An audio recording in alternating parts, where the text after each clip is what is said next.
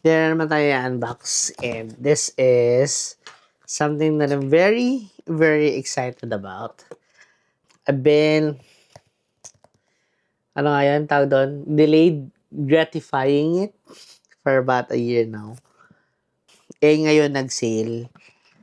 So sabi ko, actually nag-sale to nung December. Tapos, hindi ko pinansin. Tumaas ng konti. Tapos ngayong January, bumalik sa dati niyang sale. So sabi ko, okay, think ko this is the sign. So binili ko na. Okay, later I'll explain kung bakit dinidelay ko siya. Bilhin. Pero this is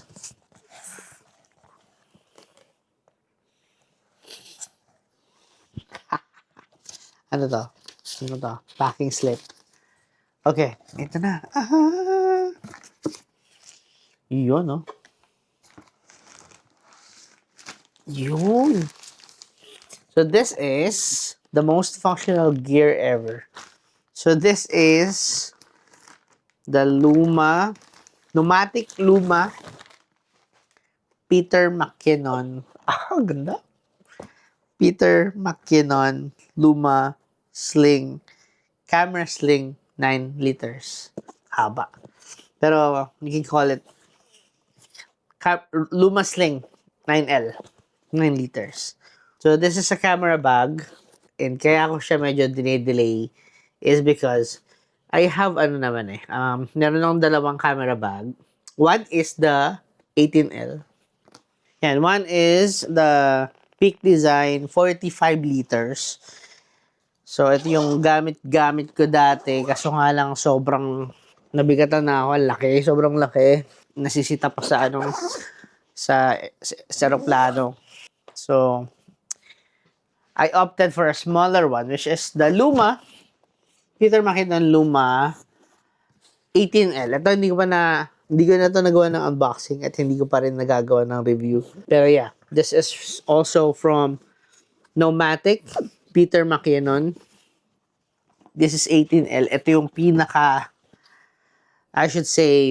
gusto kong bag ever so far.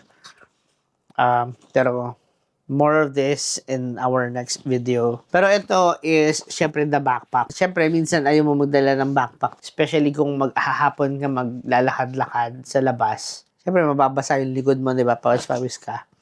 So, a sling bag is essential. One reason kaya delay ko to is because I have 2 sling. Yeah, so this is another Peak Design 6L. Ito regalo sa akin ni Cryptita. Yan. Hindi ko pa rin ito nagagawa ng review. Should I? Maganda rin to, kaso nga lang may mga issues ako dito eh. And then this one na comes together with my Lumix S52X as a bundle. Which is hindi ko pa nagagamit. At hindi ko rin binibenta. I don't know why.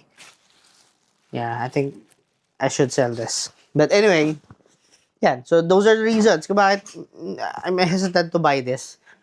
Pero after considering the price and then yung mga shortcomings nung Peak Design na gamit ko, Peak talaga. Peak Design na gamit ko is, I decided to get this na. So, from 7,000 something, $120, bumaba siya ng up to $73 plus shipping fee ng 1.5 plus duties na around 800. Yan. And syempre, again, matchy-matchy sa ating cellphone. So, nabuksan na natin. Kasha yan. Okay. So, this is how it looks like inside. Galin natin, no? Yan. So, meron siyang divider. Siyempre, tatagalin ko yung isa para mag-fit yung camera ko. And then, here, I can put another lens or a microphone. Nandito yung mga batteries and kung ano pang may pagkakasya ko dito. What I like about this is itong form factor niya na with magnet. Okay? Bakit? So, ang kagandahan nito is, syempre kapag suot-suot mo yan, di ba? Imagine ang suot-suot mo yan.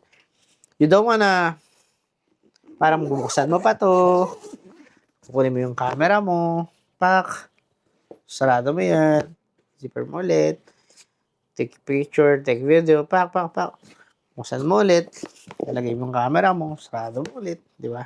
With this one, meron siyang magnet. Yan, very strong.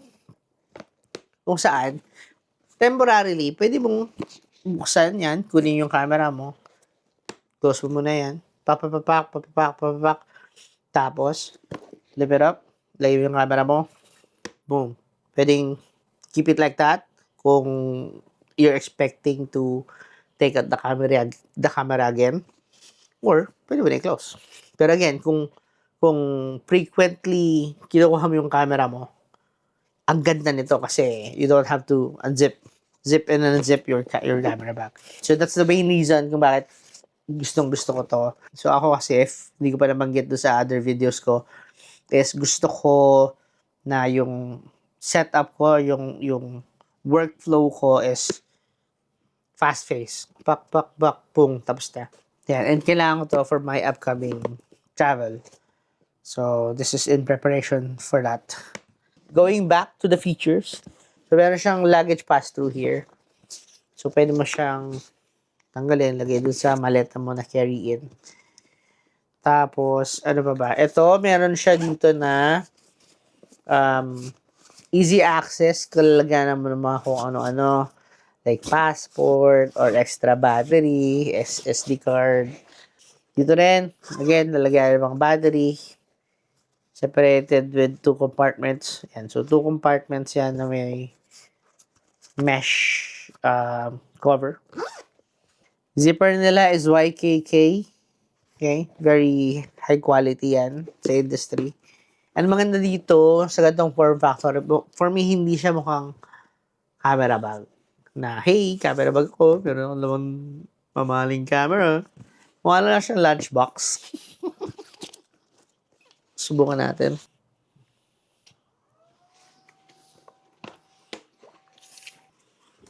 Okay. So, yan. Pwede mo siyang ganyan. Or, again, it's a sling. Yan. So, it's a sling bag like that. You know, okay. You know. Hey! Yan. Pero ako, I usually want my camera bag here sa harap ko para, again, do this and do this. Diba? Ganda? Para din siya yung sling bag na crossbody bag. Medyo bulky nga lang siya, diba? Pero, I don't care. Diba? O, diba? So, pag, again, kung medyo nga, kailangan mo take shot, boom, kuha ng camera, pak, boom. Okay? Boom. Diba?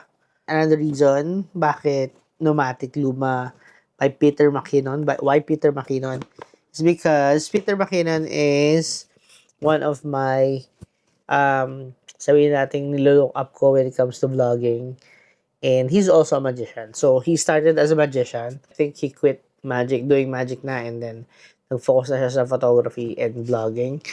And then yun, so syempre bablog din tayo back then. Mas nauna ako sa kanya actually. Yan. So, kapwa ako magician and vlogger. So ito na yung gagamitin kong camera sling bag from now on. And then, I'll give you an update about whatever na magustuhan ko dito or kung ano mong bagong thoughts na maisip ko about this. Again, if you have questions about this, my other bags or other camera gears, anything about crypto, trading, travel, tech, especially those things na ginagamit ko as a content creator.